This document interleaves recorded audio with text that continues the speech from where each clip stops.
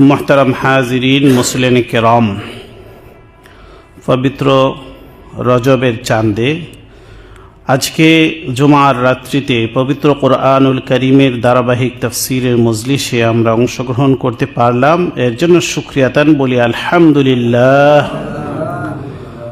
मुस्लिम किराम, प्रति सप्ताहे आमरा पवित्र कुरआनुल करीमेर धाराबाहिक तफसीर शुनछिलाम। इतिपूर्वे आमरा सूरा अल बाकारार 177 नम्बर आयात पर्यन्त आमरा तफसीर आलोचना करेছি আলহামদুলিল্লাহ। आज के आमरा 178 नम्बर आयात থেকে तफसीर शुरू करब। आज के 2026 इंग्रेजी सनेर জানুয়ারির 8 तारीख, रजब मासेर आज के 19 तारीख, पुष मासेर 24 तारीख।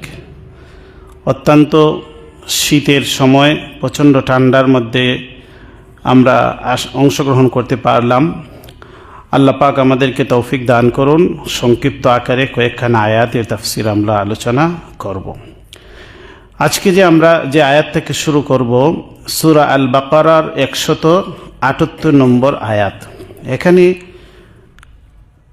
मानव समाजेर गुरुत्वपूर्ण एकटी विधान आल्लाह এই সামনের কয়েকটি আয়াতের মাঝে দিয়েছেন। এই বিধান হচ্ছে কিসাসের বিধান, নিহত ব্যক্তির বিচার সংক্রান্ত বিধান। আল্লাহ আমাদেরকে বলছেন, ইয়া আইয়ুহাল্লাযীনা আমানু, হে ঈমানদারগণ, কুতিবা আলাইকুমুল কিসাসু ফিল কাতলা, নিহত ব্যক্তির ব্যাপারে তোমাদের প্রতি আল্লাহর পক্ষ থেকে কেসাসের বিধান দেওয়া হলো। কুতিবা আলাইকুমুল কেসাস, তোমাদের প্রতি কেসাসের বিধান ফরজ করে দেওয়া হলো, বিধিবদ্ধ করে দেওয়া হলো ফিল কাতলা, নিহত ব্যক্তির ব্যাপারে। আল হুররু বিল হুররি ওয়াল আবদু বিল আবদি ওয়াল উনসা বিল উনসা, স্বাধীন ব্যক্তির হত্যার বিনিময়ে স্বাধীন ব্যক্তি হত্যা করা হবে, কিসাস। ওয়াল আবদু বিল আবদি, দাসের হত্যার বিনিময়ে দাস হত্যা করা হবে। ওয়াল উনসা বিল উনসা, নারীর বিনিময়ে নারীকে কিসাস করা হবে। এই যে কিসাসের বিধান আল্লাহ দিয়েছেন, এটা ইসলাম পূর্ব যুগেও কিসাস ছিল, মানে নিহত ব্যক্তির প্রতিশোধ নিতে হবে। এটা পৃথিবীর সেই চিরাচরিত বিষয় যে মানুষের ভিতরে যে প্রতিশোধ পরায়ণতা, যে ব্যক্তি নিহত হলো তার ওয়ারিসগণ এই হত্যার বদলা তারা নেবেই। হয়তো কোনো বিধিবিদ্ধ বিধানের মানে মাধ্যমে নেবে, অথবা তারা নিজেদের শক্তি প্রদর্শনের মাধ্যমে নেবে। কিন্তু এইরকম কোনো সুন্দর সুশৃঙ্খল বিধিবিধান ইসলামের পূর্বে ছিল না, কোরআন নাজিল হওয়ার আগে ছিল না। ইহুদিদের মধ্যেও কিসাস ছিল, কিন্তু কিসাসের এইরকম সুন্দর একটি বিধিবিধান তাদের মধ্যে ছিল না। নাসারাদের মধ্যেও ছিল না, জাহিলি যুগেও ছিল না, আর পৃথিবীর অন্য কোনো ধর্মের মধ্যেও অন্য কোনো জাতি সত্তার মধ্যেও এইরকম সুন্দর সিস্টেম ছিল না। আল্লাহ দিয়েছেন কিসাস। সেখানে কেন বলছেন আল হুররু বিল হুররি? কারণ জাহিলি যুগে প্রথা ছিল যে তারা যদি একজন দাস মারা যেত, দাসের বিনিময়ে তারা একজন স্বাধীন ব্যক্তিকে হত্যা করত।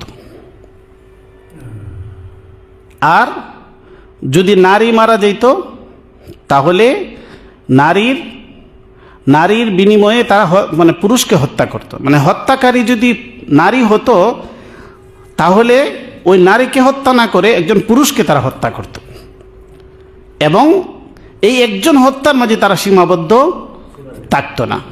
যার যেমন শক্তি আছে সেই পরিমাণ সে প্রতিশোধ নিত। একটা হত্যাকাণ্ডকে কেন্দ্র করে দীর্ঘকাল পর্যন্ত দুইটা গোষ্ঠীর মধ্যে যুদ্ধ চলত, শত শত মানুষ মারা যেত, তারপরও তাদের এই যুদ্ধ থামতো না। তো আল্লাহ সুন্দর একটি বিধিবিধান দিয়ে দিলেন। এটা যেরকমভাবে জাহিলি যুগে নিজেরা শক্তির মাধ্যমে প্রতিশোধ নিত। কিন্তু যদি কোনো ব্যক্তি গোষ্ঠী শক্তির মাধ্যমে নিজের শক্তি প্রদর্শন করে যদি নিহত ব্যক্তির প্রতিশোধ নেয়, এর কোনো সীমাবদ্ধতা থাকে না, লিমিট থাকে না। কি পরিমাণ মানুষকে হত্যা করবে, কাকে হত্যা করবে, যে গোষ্ঠীর লোক হত্যা করছে ওই গোষ্ঠীর যাকে পায় তাকে সে হত্যা করে, অথচ এই ব্যক্তি নিরপরাধ হতে পারে। এই জন্য আল্লাহ একটি বিধান দিলেন, আইন দিলেন যে আদালতের মাধ্যমে, সাক্ষী প্রমাণের মাধ্যমে, বিচারিক আদালতে বিচারের মাধ্যমে ওই প্রকৃত দোষী ব্যক্তিকে এই হত্যার বিনিময়ে তাকে মৃত্যুদণ্ড দেওয়া হবে। এই বিধান আল্লাহ দিলেন। এটাকে বলে কিসাস। কিসাস শব্দের অর্থ হচ্ছে সমান সমান হওয়া। একজন মারা গেছে, ওই একজন হত্যাকারীকেই হত্যা করা হবে, কিন্তু কোনো নিরপরাধ ব্যক্তিকে হত্যা করা হবে না। এই জন্য রাসূলুল্লাহ সাল্লাল্লাহু আলাইহি ওয়াসাল্লাম বিদায় হজের ভাষণে, যে দীর্ঘ একটি ভাষণের মধ্যে আছে যে পিতার অপরাধে সন্তানকে হত্যা করা হবে না, আর সন্তানের অপরাধের কারণে পিতাকে হত্যা করা হবে না। এই ধরনের যে অবিচার জাহিলি যুগে ছিল সেটা আল্লাহ বন্ধ করে দিয়েছেন। তো আল্লাহ বলেন, ইয়া আইয়ুহাল্লাযীনা আমানু, হে ঈমানদারগণ, কুতিবা আলাইকুমুল কিসাস, তোমাদের প্রতি কিসাস ফরজ করে দেওয়া হয়েছে ফিল কাতলা, নিহত ব্যক্তির ব্যাপারে। যে ব্যক্তি নিহত হইল তার অবশ্যই একটা বিচার হতে হবে। এটা মানুষের একদম মজ্জাগত বিষয়। এটা মুসলিম অমুসলিম নির্বিশেষে সবাই হত্যাকারীর বিচার চায়। এটা সব মানুষেরই অনুভূতির মধ্যে আঘাত পায় যে আমার একজন স্বজনকে হত্যা করা হলো, আমি এর প্রতিশোধ নিতে চাই। এই প্রতিশোধটা যেন আইনানুগ হয়, এই জন্য আল্লাহ আইন দিলেন, বিধান দিলেন। তো সেখানে আল্লাহ একটি নির্দিষ্ট বিধিবিধান দিয়ে দিয়েছেন। তবে ফামান উফিয়া লাহু মিন আখিহি শাইউন, যদি নিহত ব্যক্তির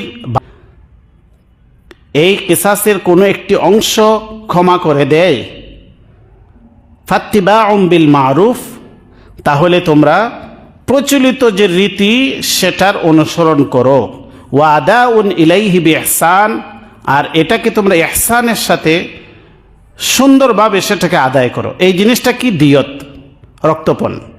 কারণ আগেকার যুগে এই যে দিয়তের যে সিস্টেম, রক্তপণের যে সিস্টেম, সেটা ইসলামের পূর্বে ছিল না। ইসলাম আগমনের আগে, অর্থাৎ কোরআন নাজিলের আগে দিয়তের সিস্টেম ছিল না। তো আল্লাহ দিয়তের রক্তপণের সিস্টেম দিয়ে দিলেন। কিভাবে? যে একজন ব্যক্তি নিহত হলো, তার দুইজন সন্তান আছে, ওয়ারিস। হত্যার বাদী, এই হত্যার যে প্রতিশোধ নেওয়ালা ওয়ারিস কয়জন? দুইজন ছেলে আছে। এক ছেলে মাফ করে দিল যে আমি কিসাসের দাবি ছেড়ে দিলাম, আর আরেকজনে বলে না, আমি কিসাস চাই, আমি বিচার চাই। তাহলে এখানে ফয়সালা কি হবে? এখানে ফয়সালা হলো তার কিসাস মওকুফ, মানে মৃত্যুদণ্ড মওকুফ হয়ে যাবে। মৃত্যুদণ্ড মওকুফ হয়ে তাকে ওই নিহত ব্যক্তিকে দিয়ত দিতে হবে। হত্যাকারীর পক্ষ থেকে কি দিতে হবে? দিয়ত দিতে হবে।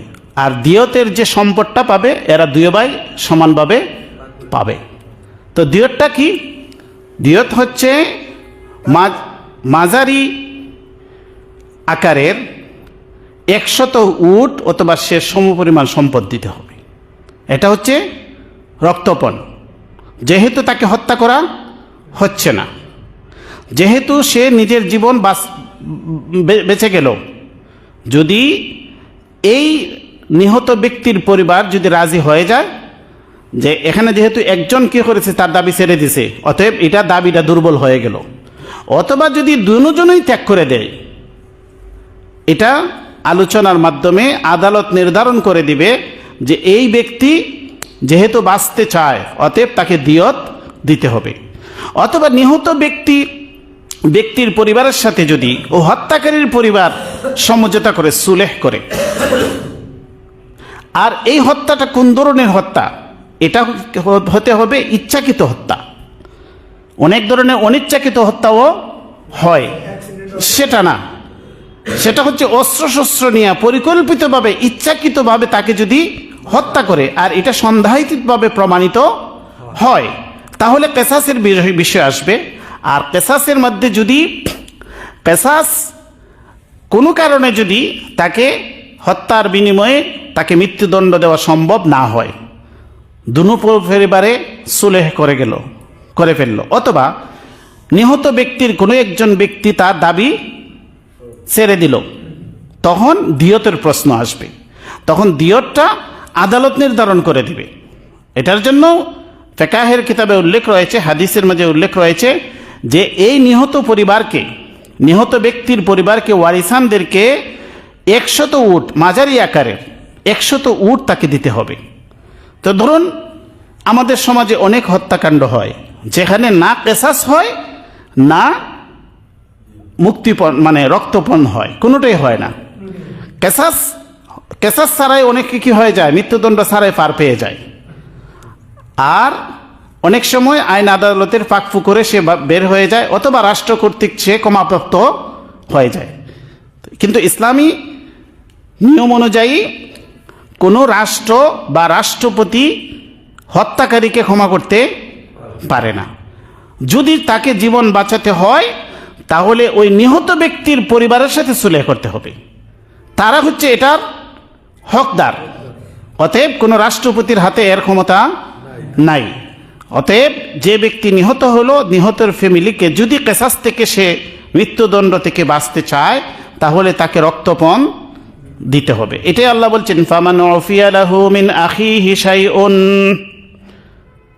তার কোনো ভাই যদি কোনো একটি অংশের দাবি ছেড়ে দেয়, কেসাসের অংশ যদি ছেড়ে দেয়, দাবি যদি ছেড়ে দেয়, ফাত্তিবাউম বিল মারুফ, তাহলে উত্তম নীতি অনুযায়ী নীতির অনুসরণ তোমরা করবে। যে এই বিল মারুফ, এটার ব্যাখ্যা হাদিসের মধ্যে রাসূল দিয়েছেন, এটা হচ্ছে দিয়ত, রক্তপণ। ওয়াদাউন ইলাইহি বিইহসান, ইহসানের সাথে সুন্দরভাবে সেটাকে তোমরা আদায় করে দাও। যালিকা তাখফিফুম মির রাব্বিকুম, এটা তোমাদের রবের পক্ষ থেকে তাখফিফ, হালকা করে দেওয়া হলো। ওয়া রাহমা, এবং এটার তোমাদের রবের পক্ষ থেকে রহমত। ফামান ইয়াতাদা বা'দা যালিকা ফালাহু আযাবুন আলীম, এরপরও যারা এই বিষয়ে সীমা লঙ্ঘন করবে, ফালাহু আযাবুন আলীম, তার জন্য রয়েছে যন্ত্রণাদায়ক শাস্তি। ওয়ালাকুম ফিল কিসাসি হায়াতুন ইয়া উলিল আলবাব লাআল্লাকুম তাত্তাকুন, আর তোমাদের জন্য কিসাসের মধ্যে রয়েছে হায়াত, জীবন। ইয়া উলিল আলবাব, হে জ্ঞানীগণ, লাআল্লাকুম তাত্তাকুন, যদি তোমরা আল্লাহকে ভয় করো। তাহলে কিসাসের মধ্যে আল্লাহ বলেছেন জীবন। এটা কিভাবে? কেসাস যদি হয়, একজন হত্যাকারীর যথাযথ বিচার যদি হয় কেসাসের মাধ্যমে, তাহলে এটার মাধ্যমে মূলত তো একটা জীবন তো চলে গেল, আর আরেকবার এই হত্যাকারীকে যখন মানে মৃত্যুদণ্ড দেওয়া হবে তখন তো আরেকটা জীবন চলে গেল, এখানে তো উভয় পক্ষে ক্ষতিগ্রস্ত হয়ে গেল। তো আল্লাহ বলেন না, এটার মধ্যে তোমাদের হায়াত। ওয়ালাকুম ফিল কিসাসি হায়াতুন, কিসাসের মধ্যে, অর্থাৎ হত্যার বিনিময়ে সে ব্যক্তিকে হত্যা করা হবে, আইন আদালতের মাধ্যমে মৃত্যুদণ্ড হবে, এটার মধ্যে তোমাদের জন্য কি রয়েছে? জীবন রয়েছে। কিভাবে জীবন রয়েছে?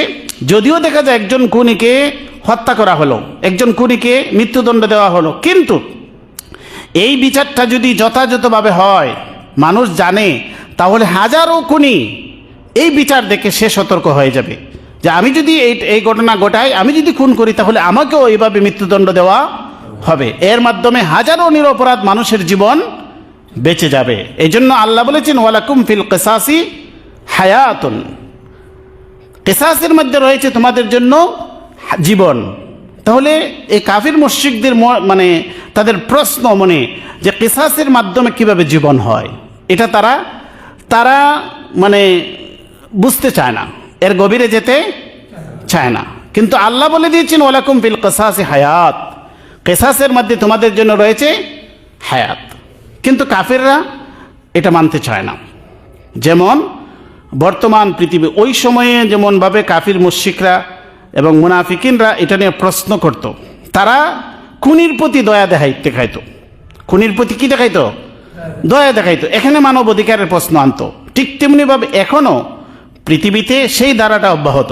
আপনি দেখবেন আন্তর্জাতিক বড় বড় সংস্থা আছে, বড় বড় মানবাধিকার সংস্থা আছে, যখনই কোনো খুনিকে বিচারের মানে প্রসঙ্গ আসবে তখনই তারা বিবৃতি দেয় যে তারা মৃত্যুদণ্ডের পক্ষে না। বড় বড় পশ্চিমা বিশ্বের বড় বড় রাষ্ট্র আছে, কোনো কোনো রাষ্ট্রে মৃত্যুদণ্ড আছে, আর কোনো কোনো রাষ্ট্র তারা মৃত্যুদণ্ডর পক্ষে নয়। এজন্য তারা বিবৃতি দেয় যে এই হত্যাকারীকে কি করা যাবে না, হত্যা করা যাবে না। অথচ আল্লাহ বলে দিয়েছেন ওয়ালাকুম ফিল কিসাসি হায়াতুন ইয়া উলিল আলবাব, হে জ্ঞানীগণ। এটা জ্ঞানীরা বুঝবে যে কেন কিসাস হবে। যদি কিসাস থেকে যদি বাঁচতে চায়, হত্যা থেকে যদি সে মৃত্যুদণ্ড থেকে যদি নিজেকে জীবন বাঁচাতে চায়, তাহলে নিহত ব্যক্তির পরিবারের সাথে তাকে সুলেহ করতে হবে, সন্ধি করতে হবে, তার সাথে সমঝোতা করতে হবে। আর এই সমঝোতার মধ্যে রাষ্ট্র অংশগ্রহণ থাকবে। আদালতের মাধ্যমে তারা কি হবে, সমঝোতা করবে। আদালতে দুজনে আপোষনামা পেশ করবে যে আমরা মধ্যে আপোষনামা হয়ে গেছে, আমরা এই ব্যক্তিকে বাঁচাতে চাই। তো নিহতের পরিবার যখন রাজি হয়ে যাবে তখন আদালত তাদের জন্য মানে রক্তপণের ব্যবস্থা করে দিবে। এটাই হচ্ছে দিয়ত, এটাই হচ্ছে ইনসাফ। কারণ একজন ব্যক্তি তো মারা গেল, আরেকজন ব্যক্তি হত্যাকারী বেঁচে গেল, তাহলে নিহত ব্যক্তির ফ্যামিলি কিভাবে চলবে? সে তো ক্ষতিগ্রস্ত হয়েছে। এই ক্ষতিগ্রস্ত কে তাকে মানে তার ফ্যামিলি, তার স্ত্রী, তার সন্তানগণ, তাদেরকে লালন পালন কে করবে? এজন্য আল্লাহ ইনসাফগার, আল্লাহর চাইতে বড় ইনসাফগার আর পৃথিবীতে কে হতে পারে না। তো আল্লাহ তো মানবাধিকার রক্ষা করেছেন। এইখানে কিসাসের মধ্যে তার জীবন বাঁচারও সুরত আল্লাহ দিয়ে দিয়েছেন। সে যদি বাঁচতে চায়, সে যদি তওবা করে, সে যদি সংশোধিত হয় এবং সে যদি নিহত ব্যক্তির ফ্যামিলির সাথে যদি সে সমঝোতা করে, তাহলে তাকে রক্তপণ দিতে হবে। এখন প্রশ্ন হচ্ছে এই রক্তপণটা দিবে কে? কারণ অনেক টাকা, কারণ একটা 100 উটের মূল্য যদি দেয়, মাঝারি সাইজের 100 উট, আমাদের দেশে একটা গরুর মূল্য 1 লাখ টাকা, তাই না? মাঝারি সাইজে একটা গরু কিনতে গেলে 1 লাখ টাকা লাগে। তাহলে একটা উটের মূল্য কত? মাঝারি সাইজের একটা উট ধরে নিলাম আমরা 1 লাখ টাকা, ধরে নিলাম 1 লাখ টাকা। তাহলে 100 উটের মূল্য কত হয়? 1 কোটি টাকা। নিম্ন, এর চাইতে বাজার দর আর নিচে যেতে পারে না। তাহলে কমপক্ষে নিহত ব্যক্তির ফ্যামিলি 1 কোটি টাকা পাবে, কিন্তু আরো বেশি হতে পারে, আরো বেশি হওয়ার সম্ভাবনা অবশ্যই আছে। একটা গরুর মূল্যে তো আর উট বিক্রি হয় না। তাহলে দেখুন যে একজন নিহত ব্যক্তির ফ্যামিলি বর্তমান সময়ের তুলনায় যদি 1 কোটি টাকা পায়, তাহলে একটা ফ্যামিলি চলা তার জন্য কোনো সমস্যা হবে না। একজন বিধবা স্ত্রী, একজন মানে এতিম ছেলে মেয়ে, তাদের ভরণ পোষণ, বিবাহ শাদী, এর জন্য কোনো সমস্যা হতে পারে না। এই যে বিধান আল্লাহ দিয়েছেন, এটা আমরা মাটি চাপা দিয়ে রেখে দিয়েছি। এটা আমাদের সমাজের মধ্যে নাই। কেন? আমরা মুসলিম, কিন্তু আমরা এই সমস্ত আইন আদালত ফলো করি ব্রিটিশদের। ব্রিটিশরা এই দেশের মধ্যে 200-250 বৎসর ছিল। হ্যাঁ, এই যে 200 বৎসর তারা আমাদেরকে শাসন করেছে, শুধু আমাদের ভূখণ্ডকে শাসন করে নাই তারা। আমাদের শিক্ষা, আমাদের আইন, আমাদের আদালত, আমাদের সংস্কৃতি, আমাদের শিক্ষা, সব কিছুর উপর তারা হস্তক্ষেপ করেছে। সব কিছুর মাঝে তারা পরিবর্তন ঘটিয়েছে। এখন বর্তমানে আমাদের দেশে যেসব আইন, এগুলা সব ওই ব্রিটিশ ল, ব্রিটিশরা যা দিয়ে গেছে সেটার উপর চলে। কিন্তু তারা তো কাফির ছিল, তারা কাফির না। তো কাফিররা তো কখনো কোরআনের আইন মানবে না। তো তাদের ভাষ্য হচ্ছে কোরআনের যে আইন আছে এটা মানবাধিকার বিরোধী, এটা মানবাধিকার বিরোধী। এর চাইতে গাঁজাখুরি কথা তো আর হতে পারে না। কিন্তু আমরা না জেনে সেটাই মেনে নিচ্ছি। মুসলিম হয়েও আমরা তাদের সাথে আমরা তাল মিলিয়ে এটাকে আমরা বলতেছি। এই জন্য আল্লাহ আমাদের জন্য কি দিয়েছেন? কিসাস দিয়েছেন। আর যদি কোনো ব্যক্তি কিসাসের বিনিময়ে মৃত্যু থেকে বাঁচতে চায়, তাকে কি দিতে হবে? দিয়ত দিতে হবে, তাকে রক্তপণ দিতে হবে, ব্লাড মানি তাকে দিতে হবে। এখন দিবে কে? কারণ যে ব্যক্তি নিহত ব্যক্তি, সে তার সামর্থ্য নাও থাকতে পারে। আছে না এরকম সামর্থ্য? একবারে নিম্নে ধরলাম 1 কোটি টাকা। এখন সব হত্যাকারীকে 1 কোটি টাকা দিতে পারবে না। তাহলে কে দিবে? তখন তাফসীর মানে এই ফিকহের কিতাবে লেখা আছে এটাকে বলে আকিলা। আকিলারা দিবে। আকিলা কারা? মানে আকল শব্দ থেকে আছে আকিলা। আকল শব্দের অর্থে কি কি আসছে? আকিলা। আকল আমাদেরকে অন্যায় কাজে বাধা দেয়, এই জন্য আকলকে আকল বলা হয়। আকল শব্দের অর্থ হচ্ছে আল মানউ, মানে বাধা প্রদান করা। আমরা যেখানেই কোনো অন্যায় কাজ করি তখন আমাদের আকল কি বলে? বাধা দেয়, না তুমি কাজটা করবে না, তারপরেও আমরা এটা করি। তাহলে আমাদের আকল কিন্তু সবসময় আমাদেরকে অন্যায় কাজে বাধা দিয়ে যাচ্ছে, এই জন্য আকলকে কি বলে? আকল। এখন দিবে কারা? আকিলা। আকিলারা কারা? তার আত্মীয় স্বজনরা হচ্ছে আকিলা। আত্মীয় স্বজনরা কি? আকিলা। তার বংশের মানুষ, তার জ্ঞাতি গোষ্ঠী, তার গ্রামের মানুষ, তার পাড়া প্রতিবেশী, তার মহল্লাবাসী। এমনকি সে যদি কোনো দল করে, সংগঠন করে, তাহলে দলের লোক, এরাও আকিলা। সবাই মিলে এই ব্লাড মানিটা দিবে, রক্তপণটা পরিশোধ করবে। তারা যদি সবাই মিলে একটা গোষ্ঠীর একজন ব্যক্তি হত্যা করার কারণে পুরা গোষ্ঠীর মানুষ যদি মিললে 1 কোটি টাকা দেয়, 2 কোটি টাকা দেয়, তাহলে ওই গোষ্ঠীর মধ্যে কি আরো খুনি গড়ে উঠবে? একবার আপনারা সবাই দিয়েছেন যে আমরা অপরাধ না করলেও আমাদের বাগে পড়ছে এত টাকা। 100 জন সদস্য হইলে প্রত্যেকে 1 লাখ টাকা দেওয়া লাগতেছে, 200 জন সদস্য হইলে প্রত্যেকে 50,000 টাকা দেওয়া লাগতেছে। দেওয়ার কারণে কি সামনে কি তারা ওই হত্যাকারীর জন্য হত্যাকারী হয়ে না উঠে এই জন্য বাধা দিবে না? উচ্ছৃঙ্খল হলে একজন ছেলে যখন মানে বখাটে হয়ে যাবে, একটা ছেলে যখন বিশৃঙ্খলা করবে, তখন কি সে বলতে পারবে যে এটা আমার ব্যাপার? তখন তার চাচাতো ভাই, তার জেঠাতো ভাই, তারা বলবে হ্যাঁ বেটা তুই যদি কোনো দুর্ঘটনা ঘটাস তাহলে তো আমার উপর বিপদ আসবে, তখন তাকে বাধা দিবে না। এই জন্য ওই জ্ঞাতি গোষ্ঠীকে বলা হয় আকেলা। এখন বুঝতে পারছেন? জ্ঞাতি গোষ্ঠীকে বলা হয় কি? আকেলা। ওই আকল থেকে আকেলা, আকেলারা দিবে। এখন এমনও হতে পারে এই আকেলার পরিধি কিন্তু বিশাল। তাফসীরে মানে হেদায়ার মাঝে আপনারা পড়ে দেখবেন, এই আকেলার মানে এটা ধীরে ধীরে বাড়তে থাকবে। প্রথমে তার ফ্যামিলি, পরিবার, তার মাঝে সমর্থ নাই, তখন তার জ্ঞাতি গোষ্ঠী, এরাও পারতেছে না, গরিব হতে পারে না, পুরা গোষ্ঠী গরিব, দিব কোথা থেকে? তখন তার পুরা গ্রামবাসী মিলিয়া দিবে, পুরা মহল্লাবাসী মিলে দিবে, তাও হয় না, পুরা ওয়ার্ড মিলে দিবে, পুরা ইউনিয়ন মিলে দিবে, পুরা সিটি কর্পোরেশন মিলিয়ে দিবে, তাও যদি না হয় সর্বশেষ সরকার দিবে। সর্বশেষ কে দিবে? সরকার। যেখানে ঘাটতি পড়বে সরকার পূরণ করবে, তবু নিহত ব্যক্তির পরিবারের মধ্যে 1 টাকা কম দেওয়া যাবে না। শরীয়তের যে বিধান কত সুন্দর, যে এখানে নিহত ব্যক্তি মানে হত্যাকারী ব্যক্তি দুর্বল, হত্যাকারী নিঃস্ব, হত্যাকারী টাকা নেয়, এই জন্য যে নিহত ফ্যামিলি ক্ষতিপূরণ পাবে না, এই ধরনের কোনো ব্যবস্থা নাই। এটা যত মানে এখন তো ধরেন এই ফিকহের কিতাবের মধ্যে লেখা আছে যে সে যদি কোনো সংগঠন করে, দল করে, তাহলে দল দিবে। আমাদের দেশে অনেক সংগঠন আছে, রাজনৈতিক দল আছে, ওই দলের কর্মীরা যদি হত্যা করে তাহলে পুরা দল মিলিয়ে দিবে। এটা তো কোনো বিষয়ই না। একটা দলের কত বিশাল কর্মী বাহিনী থাকে, লক্ষ লক্ষ কর্মী বাহিনী, সবার কাছ থেকে চাঁদা নিয়ে এসে ওই নিহত ফ্যামিলিকে তারপরও ব্লাড মানি দিতে হবে, দিয়ত দিতে হবে। এই ব্যবস্থা যদি থাকে তাহলে কি সমাজে মানে কোনো মানে বেইনসাফি হবে? হবে না। একটা তো হবেই না, এছাড়া এই বিধান যখন থাকবে তখন হত্যাকাণ্ড বন্ধ হয়ে যাবে। হত্যাকাণ্ড কি হয়ে যাবে? বন্ধ হয়ে যাবে। মৃত্যুদণ্ডের মাধ্যমে যেরকম ভাবে কিসাসের মাধ্যমে হত্যাকাণ্ড বন্ধ হবে, দিয়তের মাধ্যমে হত্যাকাণ্ড বন্ধ হবে। কারণ এই হত্যাকারীরা হত্যাকারী হয়ে উঠতে পারবে না। কারণ একজন হত্যাকারী সে কিন্তু সহসাই হত্যাকারী হয়ে ওঠে না। আমাদের দেশে বলে খুসু কাটতে কাটতে হাত বলে, সে কিন্তু ধীরে ধীরে ছোট ছোট অপরাধ করতে করতে সে বড় অপরাধ করে ফেলে। আর বেশি অংশ এরা মাদকাসক্ত হয়ে যায়। এই মানে যারা হত্যার সাথে জড়িত এরা বেশি অংশ কি হয়? মাদকাসক্ত, উচ্ছৃঙ্খল, সমাজ মানে না, মা বাবা মানে না, এরাই পরবর্তীতে কি হয়? এরা হত্যা করে, অথবা তাদেরকে কোনো না কোনো পক্ষ তাদেরকে হত্যাকাণ্ডে ব্যবহার করে, ভাড়াটিয়া হিসেবে তাদেরকে ব্যবহার করে, অল্প টাকা পেয়ে সে হত্যার মতো ঘটনা ঘটিয়ে ফেলে।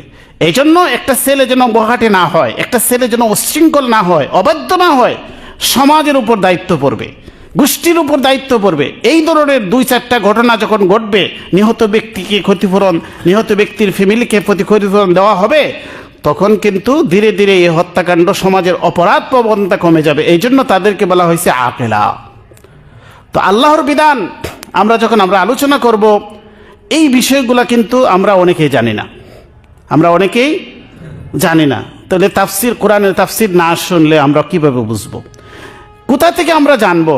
ওয়াজে যান, আপনি তো 2 ঘন্টা 3 ঘন্টা 4 ঘন্টা ওয়াজ শুনবেন, এসব আলোচনা আপনি পাবেন না। সুন্দর সুন্দর গল্প শুনবেন, কিচ্ছা শুনবেন, কত হাসি, কত কান্না, কত কৌতুক, আর কত লেকচার, গরম লেকচার, কিন্তু আপনি এই বিধিবিধানগুলো জানতে পারবেন না কোরআনের কাছে যদি না আসেন। এই কোরআনের মধ্যে আল্লাহ দিয়েছেন, এই জন্য আল্লাহ যে বিধিবিধানগুলো দিয়েছেন, আল্লাহ কোরআনের মধ্যে যে বিধিবিধানগুলো দিয়েছেন, এটাকে কোরআন এবং হাদিসে এই যে মানে অপরাধের যে বিচার, সেটাকে 6 ভাগে বিভক্ত করা হয়। কয় ভাবে? 6 ভাগে। একটা হচ্ছে কিসাস, আজকে আমরা আলোচনা করলাম। একটা কি? কিসাস। এই কিসাস নিয়ে সামনে আরো অনেক আলোচনা আছে, অনেক সূরার মধ্যে আছে। আজকে শুধু সংক্ষিপ্ত আকারে যে আয়াতগুলো আমরা আলোচনা করলাম, সামনে যখন আলোচনা আসবে আমরা সেখানে পড়ব। তাহলে এই যে আল্লাহ আমাদের যে বিধানগুলো দিয়েছেন, সেটা 6টার মধ্যে আমরা একটা জানলাম, একটা কি? কিসাস। আর বাকি আছে 5টাকে বলা হয় হুদুদ। 5টাকে কি বলা হয়? হুদুদ। আর একটা হচ্ছে কিসাস। কিসাস শুধু হত্যার ক্ষেত্রে নয়, আন্নান নাফসা বিন নাফসি ওয়াল আইনা বিল আইনি ওয়াল আনফা বিল আনফি ওয়াল উযুনা বিল উযুনি ওয়াল জুরুহা কিসাস। হত্যা করে নাই, কিন্তু তার একটা হাত কেটে দিছে, তারও হাত কাটতে হবে। হত্যা করে নাই, তার একটা চোখ উপড়ে ফেলাইছে, আদালতের মাধ্যমে তাকেও চোখ উপড়ে ফেলতে হবে। কিসাস সমান সমান। নাক কেটে ফেলেছে, তাকেও নাক কেটে ফেলে দিতে হবে।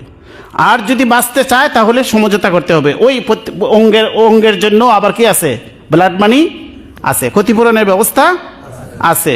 যদি চাও যে তোমার হাত কাটা হবে না, আরেকজনের হাত কেটে ফেলছো, তাহলে তোমাকে একটা অঙ্গের যে পরিমাণ দিয়ত আসে, সেটা ফিকহের কিতাবে উল্লেখ আছে, ওই ক্ষতিপূরণটা তাকে দিতে হবে। তাহলে যেখানে যে মানে ওয়াল জুরুহা কিসাস বলে, জুরুহ মানে ইনজুরি, যেখানে যে যাকে ইনজুরি করবে সেই পরিমাণ ইনজুরি তাকে করা হবে। এটাই হচ্ছে কি? কিসাস। তো আল্লাহ কিসাস দিয়েছেন, এটা হচ্ছে একটি বিধান। এই কিসাসের মধ্যে সুলেহ আছে, সমঝোতা আছে, ব্লাড মানি আছে, মুক্তির ব্যবস্থা আছে। তার আর্থিক বিনিময়ে, আর্থিক টাকার বিনিময়ে সে তার জীবন রক্ষা করতে পারে, অঙ্গ রক্ষা করতে পারে। আর 5টি বিধান আছে, যেটা বলে হুদুদ। 5টি বিধান আছে কি? হুদুদ। এগুলার কোনো ব্লাড মানি নাই, এগুলার কোনো মাফের কোনো ব্যবস্থা নাই। এর মধ্যে একটা হচ্ছে চুরি। যদি চুরি করে, চুরি কি পরিমাণ চুরি করলে তার বিধান আসবে, এটাও উল্লেখ আছে। নির্দিষ্ট পরিমাণ আদালতে যদি প্রমাণ হয়, তাহলে চুরির বিচার আল্লাহ দিয়েছেন হাত কেটে ফেলতে হবে। তাহলে এটা যদি যার চুরি হয়েছে, ওই মালিক গিয়া যদি বলে তাকে আমি ক্ষমা করে দিলাম, তবে এটা ক্ষমা করা হবে না। এটা বাদীও ক্ষমা করতে পারে না, রাষ্ট্রও ক্ষমা করতে পারে না। এটাকে বলে হুদুদ। 2 নম্বর ডাকাত। চুরের পরে কি? ডাকাতি করছে, ডাকাত ধরা পড়ছে। এখন যার ডাকাতি করা হলো, ওই বাদী যদি গিয়ে আদালতে বলে আমি তাকে ক্ষমা করে দিয়েছি, ক্ষমা হবে না। রাষ্ট্র যদি বলে তাকে আমরা ক্ষমা করে দিলাম, ক্ষমা করা হবে না। তিলকা হুদুদুল্লাহ, এটা আল্লাহর হুদুদ, আল্লাহর সীমানা, এখানে কেউ হাত দিতে পারবে না। এটাকে বলে আল্লাহর হক গালিব। আর যেটা কিসাস, সেখানে বান্দার হক গালিব। এই জন্য বান্দা ক্ষমা করতে পারে, কিন্তু হুদুদের মধ্যে বান্দা ক্ষমা করতে পারে না। আরেকটা 3 নম্বর ধরেন মদ্যপান যদি করে, তাহলে তাকে কোনো রাষ্ট্র ক্ষমা করতে পারে না। মদ্যপানের জন্য হুদুদের নির্দিষ্ট যে দণ্ড আছে, সেটাই প্রয়োগ করতে হবে। 3টে পাইলাম। 4 নম্বর হচ্ছে জিনা যদি করে। জিনা, আয-যানিয়াতু ওয়াজ-যানি ফাজলিদু কুল্লা ওয়াহিদিম মিনহুমা মিআতা জালদা। জিনাকারী, জিনা যদি প্রমাণিত হয় সাক্ষী প্রমাণের মাধ্যমে, এরা যদি অবিবাহিত হয়, মিআতা জালদা, 100 বেত্রাঘাত জনসম্মুখে করা হবে। সেটা আল্লাহর বিধান, সূরা নূরের মধ্যে আছে। আর যদি বিবাহিত হয়, তাহলে মৃত্যুদণ্ড। বিবাহিত হলে শাস্তি বেশি, কারণ তার এই যৌবিক চাহিদা পূরণের রাস্তা আছে, তারপরে সে অপরাধ করছে। মানে বাস্তবিক অর্থেই সে চরিত্রহীন ব্যক্তি, তার বেঁচে থাকার আর কোনো অধিকার নাই, কারণ সে একজনকে নষ্ট করছে, আরো 10 জনের নষ্ট করবে যদি বেঁচে থাকে। আর অবিবাহিত একটা ছেলে বা মেয়ে, তার যেহেতু বৈধ কোনো পথ নাই, এই জন্য তার যৌবিক তাড়নায় সে ঘটনা ঘটাইয়ে ফেলতে পারে। তাকে সাময়িক শাস্তি দিয়ে যদি বিবাহ করাই দেওয়া হয়, তাহলে আশা করা যায় সামনে আর সে এরকম কাজে যাবে না। এই জন্য বিবাহিত ব্যক্তি হলে তার জন্য মৃত্যুদণ্ড, আর অবিবাহিত হইলে তার জন্য 100টা বেত্রাঘাত। এটা কি মুখের কথা না কোরআনের আয়াত? কোরআনের আয়াত, সূরা নূরের মধ্যে আছে। তাহলে আমরা কয়টা পাইলাম? 4টা পাইলাম। এরপরে হচ্ছে জিনার অপবাদ যদি কাউকে দেয়, একজন নিরপরাধ নারী তার চরিত্রের উপর মানে কালিমা লেপন করেছে, কিন্তু সে প্রমাণ করতে পারে নাই, তাহলেও তাকে 80টা বেত্রাঘাত করা হবে। প্রমাণিত না করলে 80টা বেত্রাঘাত করা হবে। একজন নারীর চরিত্রের কত মূল্য আল্লাহ দিয়েছে, যদি তার উপর তুমি জিনার তহমত দেও, অপবাদ দেও, তাহলে তোমাকে প্রমাণ করতে হবে। যদি প্রমাণ করতে না পারো, তাহলে শাস্তি কিন্তু 3টা। শাস্তি কয়টা? 3টা। একটা হচ্ছে তাকে বেত্রাঘাত করা হবে 80টা। 2 নম্বর, ভবিষ্যতে ওই ব্যক্তির আর কোনো আদালতে সাক্ষী গ্রহণযোগ্য হবে না। ওই ব্যক্তি যে অপবাদ দিয়েছে, মিথ্যা অপবাদ দিয়েছে, এটা আদালতের মাধ্যমে প্রমাণিত হয়েছে সে মিথ্যাবাদী। অতএব ভবিষ্যতে আর কোনো আদালতে তার সাক্ষী কি হবে না, তাকে সিল মারে দেওয়া হবে। তার নামে কি তার কোনো সাক্ষ্য কোথাও গ্রহণযোগ্য হবে না। সারা জীবন তাকে জিল্লতি নিয়ে চলতে হবে, তার কোনো সাক্ষী গ্রহণযোগ্য হবে না। আর 3 নম্বর হচ্ছে আল্লাহর কাছে ফাসিক হিসেবে, শেষ ফাসিক হিসেবে, উলাইকুন ফাসিকুন, পাপিষ্ঠ হিসেবে আল্লাহর কাছে তার সিল লেগে দেওয়া হবে। যদি তওবা করে আল্লাহ ক্ষমা করে দেন, সেটা ভিন্ন বিষয়, বুঝতে পারছেন? কিন্তু বাহ্যিক আদালতে কোথাও সে শাস্তি সাক্ষী দিতে পারবে না। তাহলে একজন নারীর সম্মান, মর্যাদা, এখন এই যে বিচার না থাকার কারণে যে যাকে মন চায়, যে কোনো একজন নারী তার হয়তো তার মানে শত্রুতা বশত তার উপর একটা অপবাদ দিয়ে দেয়। এমনকি স্বামী স্ত্রী একজন আরেকজনের উপরও এরকম অপবাদের ঘটনা ঘটে যায়। স্বামী তার স্ত্রীর উপর কি দেয়? অপবাদ দেয়, অথচ প্রমাণ করতে পারে না। এটাও সূরা নূরের মধ্যে আছে, বিস্তারিত আমরা আলোচনা সামনে করব। হেলাল ইবনে উমাইয়ার ঘটনা আছে। এই যে ঘটনাগুলা মানে আল্লাহ বিধানগুলো দিয়েছেন, আমরা হুদুদের কয়টা পাইলাম? 5টা। চুরি, ডাকাতি, মানে মদ্যপান, জিনা, জিনার অপবাদ। কয়টা? 5টা। এই 5টা হচ্ছে, 5টাকে বলা হয় হুদুদ। হ্যাঁ, ডাকাতের শাস্তি, ডাকাতের তার মানে এই ডাকাতের তার মানে অপরাধ অনুযায়ী শাস্তি হবে। হয়তো ডাকাতি করছে, শুধু জানমালের কোনো ক্ষতি করে নাই, তাহলে এক ধরনের শাস্তি।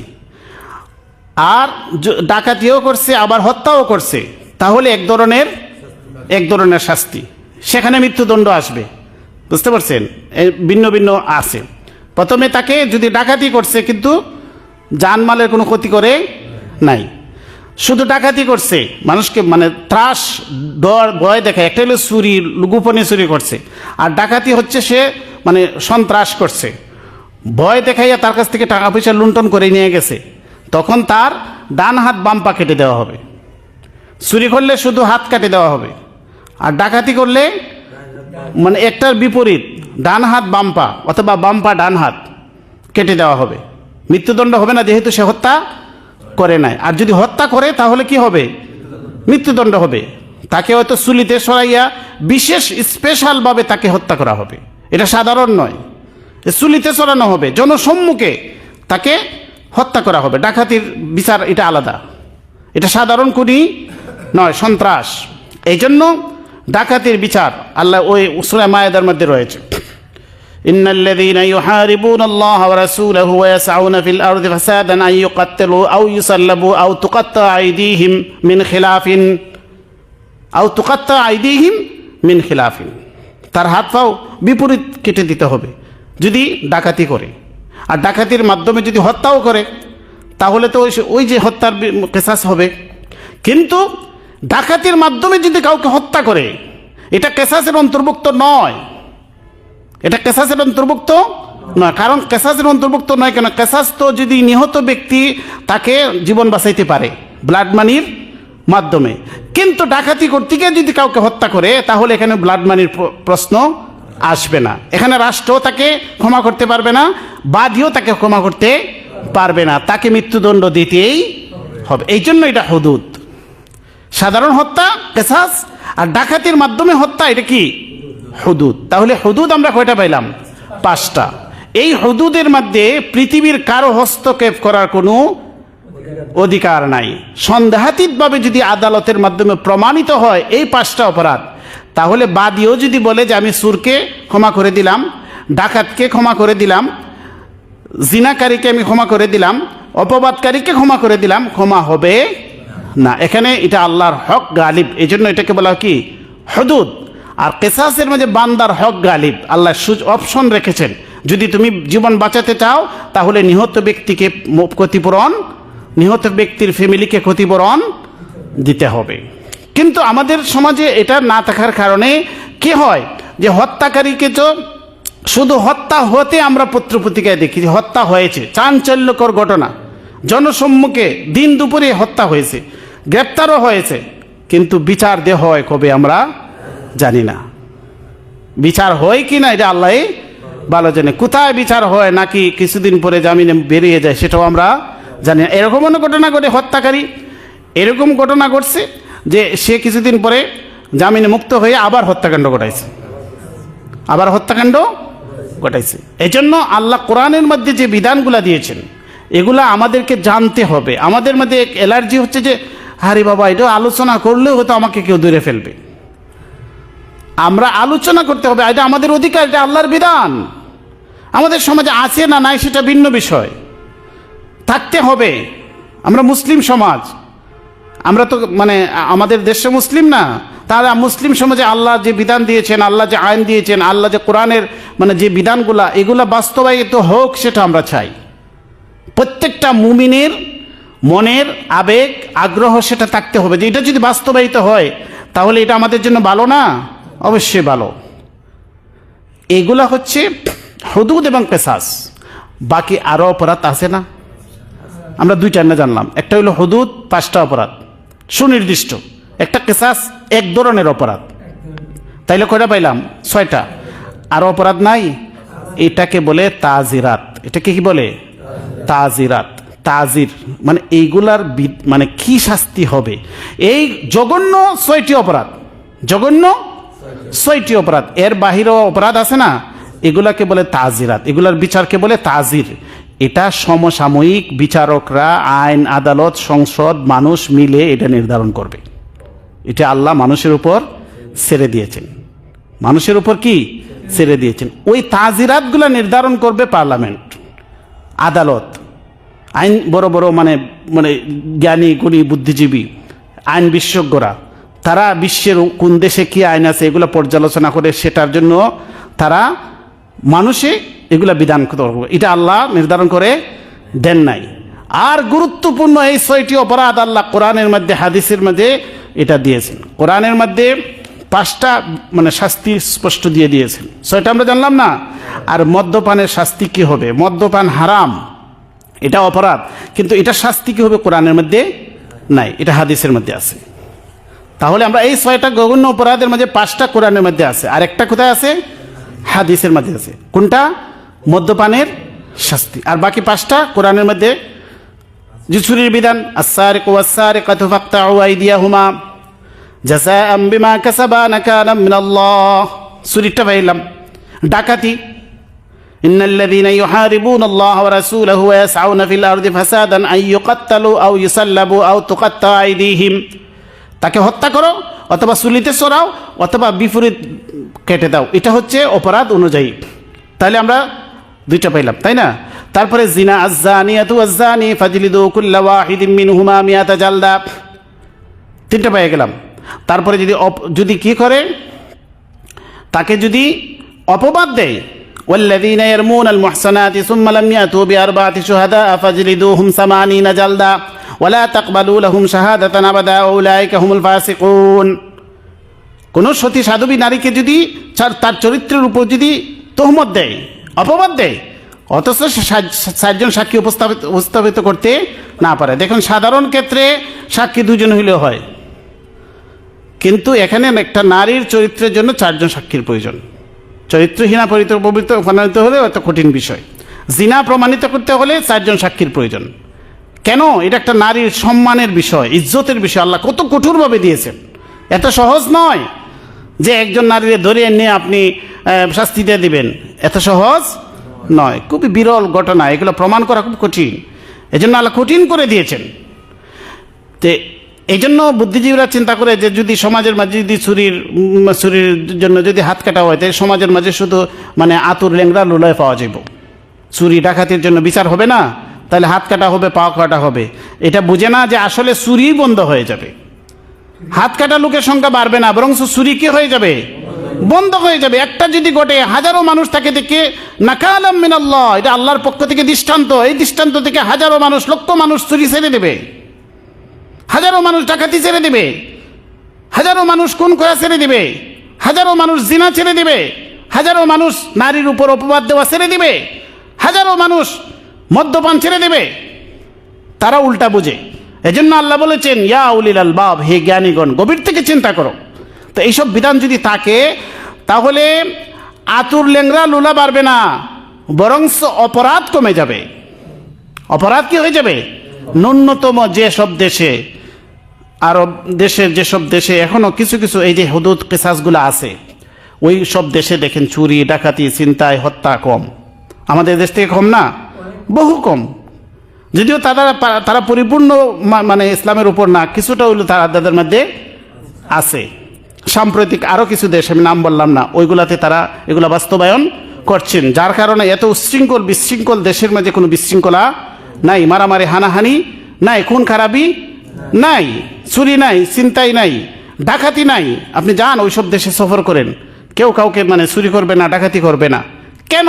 ওই আল্লাহর বিধান যখন বাস্তবায়িত হবে, সমাজে শান্তি প্রতিষ্ঠিত হবে। এই জন্য রাসূলুল্লাহ সাল্লাল্লাহু আলাইহি ওয়াসাল্লাম হযরত আদী ইবনে হাতিমকে বলেছিলেন, 3টি ভবিষ্যৎবাণী দিয়েছিলেন। এর মধ্যে একটি হচ্ছে আদী ইবনে হাতিমকে চিনছেন তো?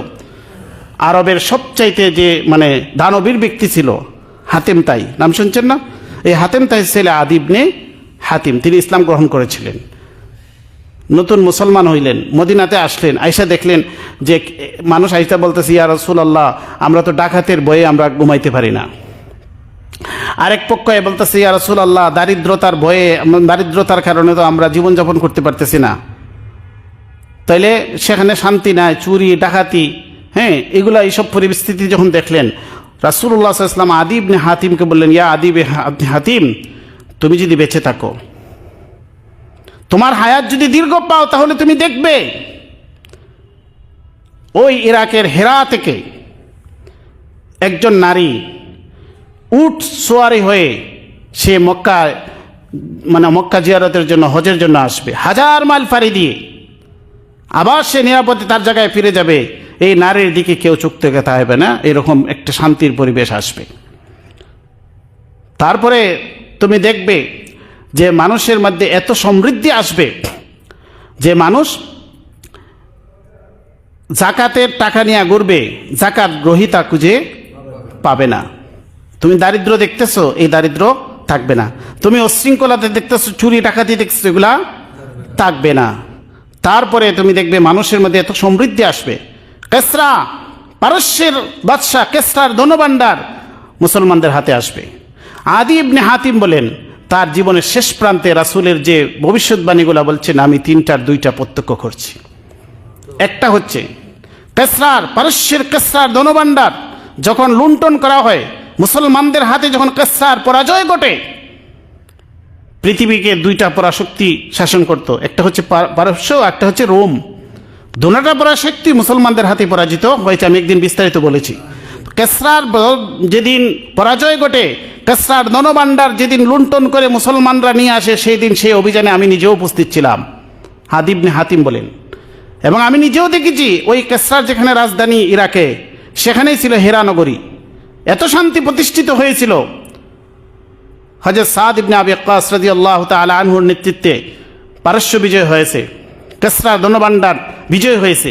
এরপরে সেখানে এত শান্তি প্রতিষ্ঠিত হয়েছিল, এই ইরাক থেকে একজন মানে জাইনা, রাসূল বলেছেন, মানে একজন উট সোয়ারি একজন নারী, সে শান্তি নিরাপত্তার সাথে হিরাত থেকে মক্কায় এসেছে, মক্কায় হজ করে আবার হিরাত ফিরে গেছে, হাজারো মাইল পাড়ি দিয়েছে, একাই কি তার নিরাপত্তা নিয়ে কোনো শঙ্কা হয় নাই।